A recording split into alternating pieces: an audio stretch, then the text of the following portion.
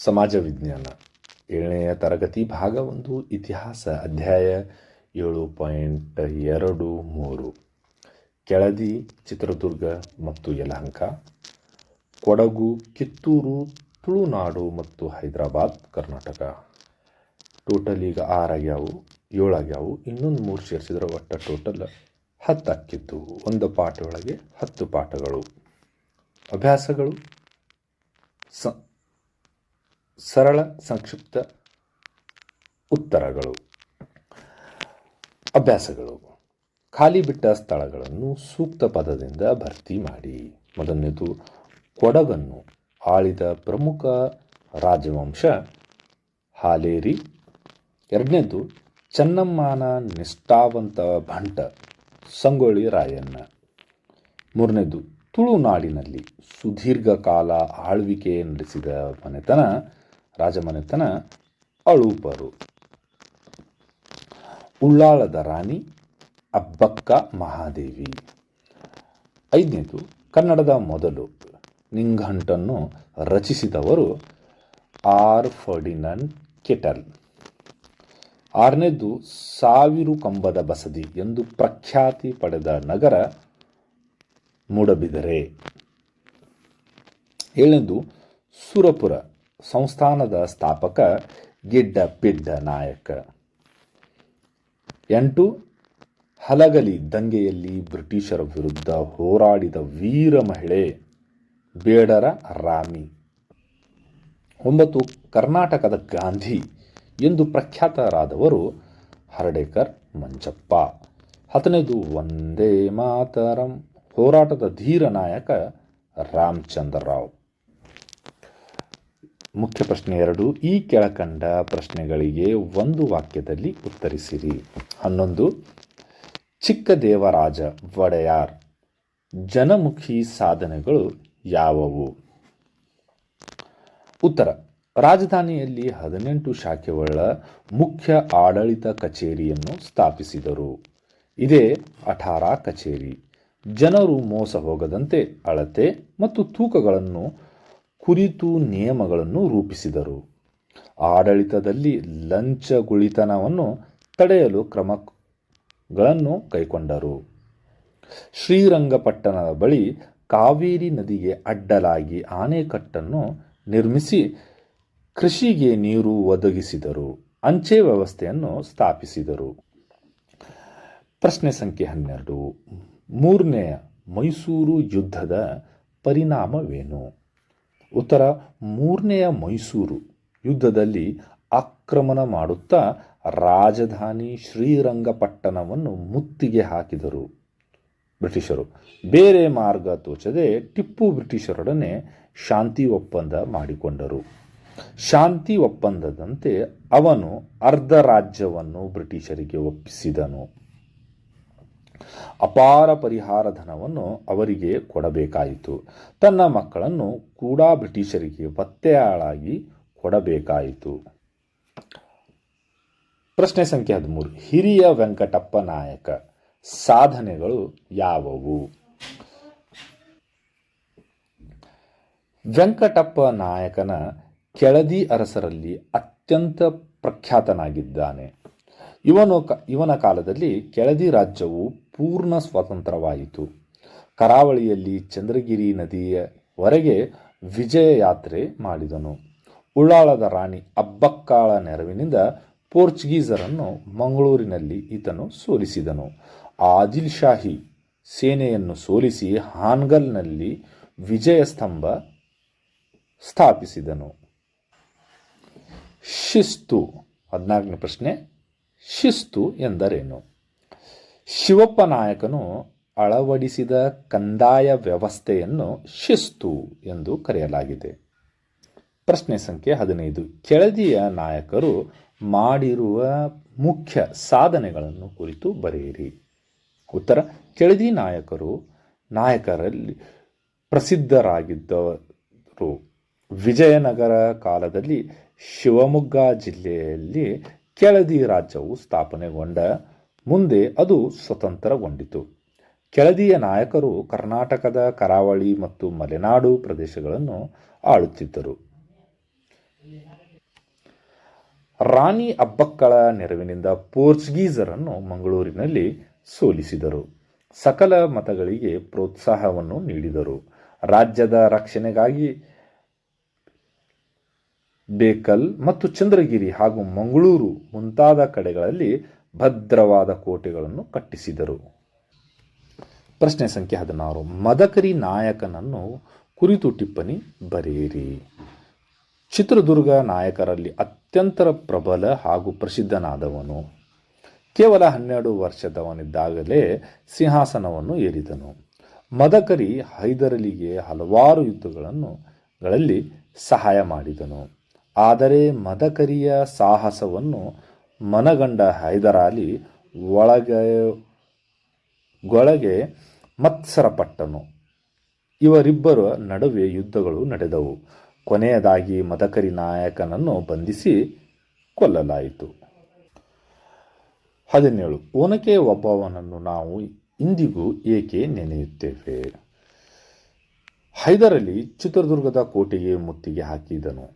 7 ಸುತ್ತಿನ ಭಾರೀ ಗಾತ್ರದ ಕೋಟೆಯನ್ನು ವಶಪಡಿಸಿಕೊಳ್ಳಲು ಹೈದರನಿಗೆ ಅಸಾಧ್ಯವಾಗಿತ್ತು. ಆದ್ದರಿಂದ ಆತನ ಸೈನಿಕರು, ಅಂದರೆ ಮೈಸೂರಿನ ಸೈನಿಕರು, ಕೋಟೆಯ ರಹಸ್ಯ ದಾರಿಯನ್ನು ಪತ್ತೆ ಮಾಡಿ ಕಾವಲುಗಾರ ನಿಲ್ಲದ ವೇಳೆ ಕಳ್ಳಗುಂಡಿಯಿಂದ ಅದನ್ನು ಪ್ರವೇಶಿಸಲು ಪ್ರಯತ್ನಿಸಿದರು.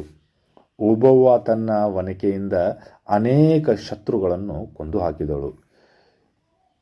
ಇಂದಿಗೂ ಓಬವ್ವನ ಕಿಂಡಿ ಎಂದು ಪ್ರಸಿದ್ಧವಾಗಿದೆ. ಇವಳ ದೇಶಪ್ರೇಮ, ಶೌರ್ಯ, ಸಾಹಸಕ್ಕಾಗಿ ನಾವು ಅವಳನ್ನು ಇಂದಿಗೂ ನೆನೆಸುತ್ತೇವೆ. ಪ್ರಶ್ನೆ ಸಂಖ್ಯೆ 18. 1ನೇ ಕೆಂಪೇಗೌಡನ 2 ಮುಖ್ಯ ಸಾಧನೆಗಳು ಯಾವುವು? ಉತ್ತರ. 1ನೇ ಕೆಂಪೇಗೌಡ ಬೆಂಗಳೂರು ಬಸವನಗುಡಿ, ಬಸವನ ದೇವಾಲಯ, ಸೋಮೇಶ್ವರ ದೇವಾಲಯಗಳನ್ನು ನಿರ್ಮಾಣ ಮಾಡಿದರು. ಬೆಂಗಳೂರಿನಲ್ಲಿ ಅನೇಕ ಕೆರೆಗಳನ್ನು ನಿರ್ಮಿಸಿದ ಕೀರ್ತಿ ಇವರಿಗೆ ಸಲ್ಲುತ್ತದೆ. ಕೆಂಪಂಬೂದಿ, ಸಂಪಂಗಿ, ಧರ್ಮಬೂದಿ, ಹಲಸೂರು ಅನೇಕ ಛತ್ರ ಮತ್ತು ಅಗ್ರಹಾರಗಳನ್ನು ಕಟ್ಟಿಸಿದರು. ಪ್ರಶ್ನೆ ಸಂಖ್ಯೆ 19. 2ನೇ ಕೆಂಪೇಗೌಡನ ಕುರಿತು ಟಿಪ್ಪಣಿ ಬರೆಯಿರಿ. ಉತ್ತರ. 1ನೇ ಕೆಂಪೇಗೌಡನ ಮಗ, ಕೆಂಪೇಗೌಡ ಮನೆತನದವರು. 2ನೇ ಕೆಂಪೇಗೌಡವರು ಮಾಗಡಿಯನ್ನು ರಾಜಧಾನಿಯನ್ನಾಗಿ ಮಾಡಿಕೊಂಡು ಆಡಳಿತವನ್ನು ನಿರ್ವಹಿಸಿದರು. ಹೀಗಾಗಿ ಈ ಸಂತತಿಯ ದೊರೆಗಳನ್ನು ಮಾಗಡಿ ಕೆಂಪೇಗೌಡರೆಂದು ಕರೆಯುವ ವಾಡಿಕೆ ಇದೆ. 2ನೇ ಕೆಂಪೇಗೌಡರು ಬೆಂಗಳೂರು ನಗರದ ಎಲೆಕಟ್ಟುಗಳನ್ನು ಗುರುತಿಸಿ 4 ಗೋಪುರಗಳನ್ನು ಕಟ್ಟಿಸಿದನು. ಇವನ ಕಾಲದಲ್ಲಿ ಬೆಂಗಳೂರು 4ನೆಯ ದೊಡ್ಡ ಕೇಂದ್ರವಾಗಿತ್ತು, ಬೆಳೆಯಿತು. ತನ್ನ ತಂದೆಯಂತೆ ಇವನು ಕೂಡ ಹೊಸ ಹಳ್ಳಿಗಳಲ್ಲಿ ದೇವಾಲಯಗಳು ಮತ್ತು ಕೆರೆಗಳ ನಿರ್ಮಾಣ ಮಾಡಿ ಹೆಸರು ಗಳಿಸಿದನು. ಪ್ರಶ್ನೆ ಸಂಖ್ಯೆ 20. ಅಮರಸುಳ್ಯ ಹೋರಾಟ ಏಕೆ ನಡೆಯಿತು? ಉತ್ತರ. ಕೆನರಾ ಜಿಲ್ಲೆಯಲ್ಲಿ ರೈತರ ಮೇಲೆ ಕಂದಾಯ ಹೆಚ್ಚಾಗಿರುವುದರಿಂದ ಅಲ್ಲಿನ ರೈತರು ಬ್ರಿಟಿಷ್ ವಿರುದ್ಧ ಶಸ್ತ್ರಾಸ್ತ್ರ ಹೋರಾಟ ಮಾಡಿದರು. ಅವರು ಬ್ರಿಟಿಷರನ್ನು ಕೊಡಗಿನಿಂದ ಓಡಿಸಲು ಸಂಕಲ್ಪ ಮಾಡಿದರು.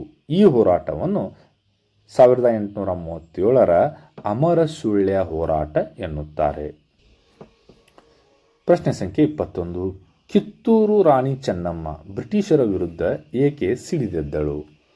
ಉತ್ತರ. ರಾಣಿ ಚೆನ್ನಮ್ಮ ಶಿವಲಿಂಗ ಸರ್ಜನನ್ನು ದತ್ತು ತೆಗೆದುಕೊಂಡು ರಾಜ್ಯವಾಳಲು ಪ್ರಾರಂಭಿಸಿದಳು. ಧಾರವಾಡದ ಕಲೆಕ್ಟರ್ ಥ್ಯಾಕ್ರೆ ದತ್ತು ಸ್ವೀಕಾರ ಕ್ರಮಬದ್ಧವಲ್ಲ ಎಂದು ಕುಂಟು ನೆಪ ತೆಗೆದನು. ಕಿತ್ತೂರಿನ ಆಡಳಿತವನ್ನು ಬ್ರಿಟಿಷ್ ಸರ್ಕಾರವೇ ವಹಿಸಬೇಕೆಂದು ಅವನು ಶಿಫಾರಸು ಮಾಡಿದ. ಈ ವಿಚಾರವನ್ನು ತಿಳಿದ ಚೆನ್ನಮ್ಮ ಸಿಟ್ಟಿನಿಂದ ಬ್ರಿಟಿಷರ ವಿರುದ್ಧ ದಂಗೆ ಎದ್ದಳು. ಬ್ರಿಟಿಷರ ನೀತಿಯನ್ನು ಪ್ರತಿಭಟಿಸಿ ನಾಡಿನ ಸ್ವಾತಂತ್ರ್ಯಕ್ಕಾಗಿ ಹೋರಾಡಲು ನಿರ್ಧರಿಸಿದಳು. ಪ್ರಶ್ನೆ ಸಂಖ್ಯೆ 22. ಕರುನಾಡು ಸದಾಶಿವರಾವ್ ಅವರನ್ನು ನಾವೇಕೆ ನೆನಪಿಸಿಕೊಳ್ಳುತ್ತೇವೆ? ಉತ್ತರ. ತುಳುನಾಡಿನ ಸ್ವಾತಂತ್ರ್ಯ ಹೋರಾಟಗಾರರಲ್ಲಿ ಕರುನಾಡು ಸದಾಶಿವರಾವ್ ಅಗ್ರಗಣ್ಯರು. ದೇಶಭಕ್ತರೆಂದು ಪ್ರಸಿದ್ಧಿ ಕರೆಸಿಕೊಂಡ ಕರುನಾಡು ಸದಾಶಿವರಾವ್ ಮಾಡಿರುವ ಹರಿಜನ ಸೇವೆ ಮರೆಯಲಾಗದು. ದಲಿತ ವರ್ಗದ ಹಲವು ಮಕ್ಕಳಿಗೆ ತಮ್ಮ ಮನೆಯಲ್ಲಿ ಅವರು ಊಟ ಹಾಕುತ್ತಿದ್ದರು. ದೇಶಕ್ಕಾಗಿ ಸರ್ವಸ್ವವನ್ನೇ ತ್ಯಾಗ ಮಾಡಿದ ಉಜ್ವಲ ತಾರೆ ಅವರಾಗಿದ್ದಾರೆ. ಪ್ರಶ್ನೆ ಸಂಖ್ಯೆ 23. ಕುದ್ಮಲ್ ರಂಗರಾವ್ ಇವರು ದಲಿತೋದ್ಧಾರಕ್ಕಾಗಿ ಯಾವ ಕಾರ್ಯಗಳನ್ನು ಕೈಗೊಂಡರು? ಅಸ್ಪೃಶ್ಯತೆಯ ವಿರುದ್ಧ ಚಳವಳಿ, ದಲಿತ ಹೆಣ್ಣು ಮಕ್ಕಳಿಗಾಗಿ ಶಿಕ್ಷಣ ಮುಂತಾದ ದಲಿತೋದ್ಧಾರ ಕಾರ್ಯಗಳನ್ನು ಮಾಡಿದವರಲ್ಲಿ ಕುದ್ಮಲ್ ರಂಗರಾವ್ ಮುಂಚೂಣಿಯಲ್ಲಿದ್ದರು. ಮಹಾತ್ಮ ಗಾಂಧೀಜಿ ಮಂಗಳೂರಿಗೆ ಬಂದಾಗ ಅವರ ಕಾರ್ಯಗಳನ್ನು ಕಂಡು ಮೆಚ್ಚುಗೆ ವ್ಯಕ್ತಪಡಿಸಿದರು. ಪ್ರಶ್ನೆ ಸಂಖ್ಯೆ 24. ಬೇಡ ನಾಯಕರು ದಂಗೆ ಏಳಲು ಕಾರಣಗಳು ಯಾವುವು? ಉತ್ತರ: ಸ್ಥಳೀಯ ಜಮೀನ್ದಾರರ ಶೋಷಣೆ ಮತ್ತು ಬ್ರಿಟಿಷರ್ ಜಾರಿಗೆ ತಂದಿದ್ದ ಶಸ್ತ್ರಾಸ್ತ್ರ ಕಾಯ್ದೆ, ಅರಣ್ಯ ಕಾಯ್ದೆ ಹಾಗೂ ಅವರು ದಬ್ಬಾಳಿಕೆಗಳಿಂದ ಬೇಸತ್ತ ಸ್ಥಳೀಯ ಪಾಳೆಗಾರರು ಮತ್ತು ಜನಸಾಮಾನ್ಯರು ಪ್ರತಿಭಟನೆಗೆ ಇಳಿದರು. ಬೇಡರಿಗೆ ಯಾವುದೇ ಆಯುಧಗಳನ್ನು ಇರಿಸಿಕೊಳ್ಳಬಾರದೆಂದು ಆದೇಶ ಹೊರಡಿಸಿದ್ದರಿಂದ ಬೇಡ ನಾಯಕರು ಕೆಚ್ಚದೆಯಿಂದ ಹೋರಾಟ ನಡೆಸಿದರು. ಪ್ರಶ್ನೆ ಸಂಖ್ಯೆ 25. ಸಿಂಧೂರು ಲಕ್ಷ್ಮಣ ಯಾರು? ಸಿಂಧೂರು ಲಕ್ಷ್ಮಣ ಬ್ರಿಟಿಷರ ವಿರುದ್ಧ ಹೋರಾಟ ನಡೆಸಿದ ಓರ್ವ ಮಹಾವೀರ. ಸಾಂಗ್ಲಿ ಜಿಲ್ಲೆಯ ಜಾತ್ ತಾಲೂಕಿನ ಸಿಂಧೂರು ಗ್ರಾಮದಲ್ಲಿ ಬೇಡರ ಸಾಬು ಮತ್ತು ನರಸವ್ವ ಎಂಬ ದಂಪತಿಗಳಿಗೆ ಲಕ್ಷ್ಮಣ ಜನಿಸಿದ. ಈತನ ಸಮಾಧಿ ಬೆಳಗಿಯಲ್ಲಿದೆ. ಸಿಂಧೂರು ಗ್ರಾಮ ಇನಾಮದಾರ್ ಗೌಡರ ಆಳ್ವಿಕೆಯಿಂದ ತತ್ತರಿಸಿತ್ತು. ಆದರೆ ಲಕ್ಷ್ಮಣ್ ಅವರು ವಿರುದ್ಧ ಬಂಡೆದ್ದ ಲಕ್ಷ್ಮಣ್ ಕ್ರಮೇಣ ಬ್ರಿಟಿಷರಿಗೂ ವಿರೋಧಿಯಾದ. ಲಕ್ಷ್ಮಣ ಬ್ರಿಟಿಷರ ಖಜಾನೆಗಳನ್ನು ಮತ್ತು ಶ್ರೀಮಂತರನ್ನು ದೋಚಿ ಹಣವನ್ನು ಬಡವರಿಗೆ ಹಂಚುತ್ತಿದ್ದ. ಪ್ರಶ್ನೆ ಸಂಖ್ಯೆ 26. ನಲವಡೆ ವೆಂಕಟಪ್ಪ ನಾಯಕನ ಸಾಧನೆಯ ಕುರಿತು ಟಿಪ್ಪಣಿ ಬರೆಯಿರಿ. ನಲವಡೆ ವೆಂಕಟಪ್ಪ ನಾಯಕನು ದಕ್ಷಿಣ ಭಾರತದಲ್ಲಿ ರಾಜರನ್ನೆಲ್ಲ ಒಂದುಗೂಡಿಸಿ ಬ್ರಿಟಿಷರ ವಿರುದ್ಧ ಸಮರ ಸಾರಲು ತಯಾರಿಯಲ್ಲಿದ್ದನು. ಅರಬ್ ರೋಹಿಲ್ಲರನ್ನು ಸೈನ್ಯದಲ್ಲಿ ಸೇರಿಸಿಕೊಂಡನು. ಅಲ್ಲದೆ ಸೈನ್ಯವನ್ನು ತರಬೇತಿಗೊಳಿಸಲು ಪ್ರಾರಂಭಿಸಿದನು. ಇದೆಲ್ಲದರ ಮಾಹಿತಿಯನ್ನು ಪಡೆದ ಬ್ರಿಟಿಷ್ ಅಧಿಕಾರಿ ಥರ್ನ್ ಹೆಲೆನನು 24 ಡಿಸೆಂಬರ್ 1857 ಕ್ಯಾಪ್ಟನ್ ಕ್ಯಾಂಬೆಲನ್ಗೆ ಪತ್ರ ಬರೆದು ಕ್ಷಿಪ್ರ ಕಾರ್ಯಾಚರಣೆಯನ್ನು ಕೈಗೊಳ್ಳಲು ಆದೇಶಿಸಿದನು. ಪ್ರಶ್ನೆ ಸಂಖ್ಯೆ 27. ಸ್ವಾಮಿ ರಾಮಾನಂದರು ಯಾರು? ಸ್ವಾಮಿ ರಾಮಾನಂದರು ಹೋರಾಟದ ಜನಪ್ರಿಯ ನಾಯಕರೆಂದರೆ ಸ್ವಾಮಿ ರಾಮಾನಂದ ತೀರ್ಥರು. ಅವರು ಹೈದರಾಬಾದ್ ಸಂಸ್ಥಾನದ ಎಲ್ಲೆಡೆ ಸಂಚಾರ ಮಾಡಿ ಅಹಿಂಸಾತ್ಮಕ ಸತ್ಯಾಗ್ರಹ ಚಳವಳಿಯನ್ನು ಸಂಘಟಿಸಿದರು. ನಿಜಾಮನ ಕಾಲಗತ್ತಿ ಎಂಬ 53 ಕರಾಳ ನಿಯಮಗಳನ್ನು ವಿರೋಧಿಸಿ ಹೋರಾಟ ನಡೆಸಿದರು. ಪ್ರಶ್ನೆ ಸಂಖ್ಯೆ 28. ಹೈದರಾಬಾದ್ ವಿಮೋಚನಾ ಹೋರಾಟದಲ್ಲಿ ಶರಣಗೌಡ ಇನಾಮದಾರ್ ಇವರ ಪಾತ್ರವೇನು? ಹೈದರಾಬಾದ್ ವಿಮೋಚನಾ ಸಂಗ್ರಾಮದಲ್ಲಿ ಭೂಗತ ಕಾರ್ಯಾಚರಣೆಯನ್ನು ಸಂಘಟಿಸಿದರು. ತರುಣ ನಾಯಕ ಶರಣಗೌಡ ಇನಾಮದಾರ್ ಇವರು ಸಂಘಟಿಸಿದ ಯುವ ತಂಡಗಳನ್ನು ರಜಾಕಾರರ ಮೇಲೆ ಸಿಡಿಲಿನಂತೆ ಬಂದು ಎರಗಿದವು. ಅನೇಕ ಗ್ರಾಮಗಳ ರಜಾಕಾರ್ ದೌರ್ಜನ್ಯದಿಂದ ಮುಕ್ತ ಆದವು. ಇವರನ್ನು ಸರ್ದಾರ್ ಎಂದು ಕರೆಯುತ್ತಾರೆ.